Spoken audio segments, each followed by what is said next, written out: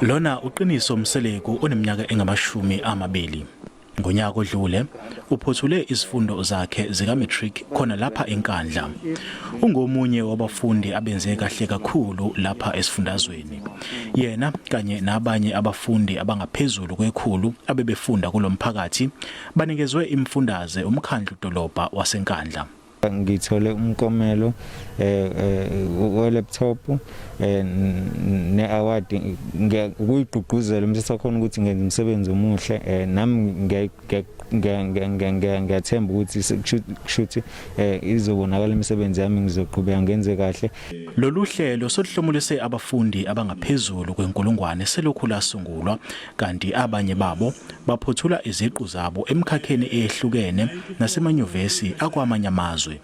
Uguqula ke isimo indawo yaseNkandla nanokukhulula abantu baseNkandla emaketangweni obubha nendlala. Ayikho indlela esingayenza ngayo ngaphandle kwezemfundo.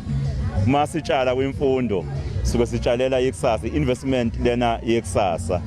Kulomcimbi okhomelisa abantu abavelele emphakathini isihlabani somculo kaMaskandi uKhuzani Mpungose uhlonishwe ngeqhaza lakhe ekufukuleni lolu hlobo lomculo nanokuba isibonelo esihle kule ndawo. Akukho njengamanje engakuwinile la eSouth Africa esekushoda ukuthi ngiyokomelisa nabanye abaculi ngaphandle internationally ngoba lento eyenzakala la ekhaya ibe umlando. Umkhandlu uthi uzoqhubeka nokukhuthaza uphinde uhloniphe izakhamuzi zaseNkandla ezivelele kuleli. NginguSimphiwe Makhanya wezindaba ze-SABC ngiseNkandla.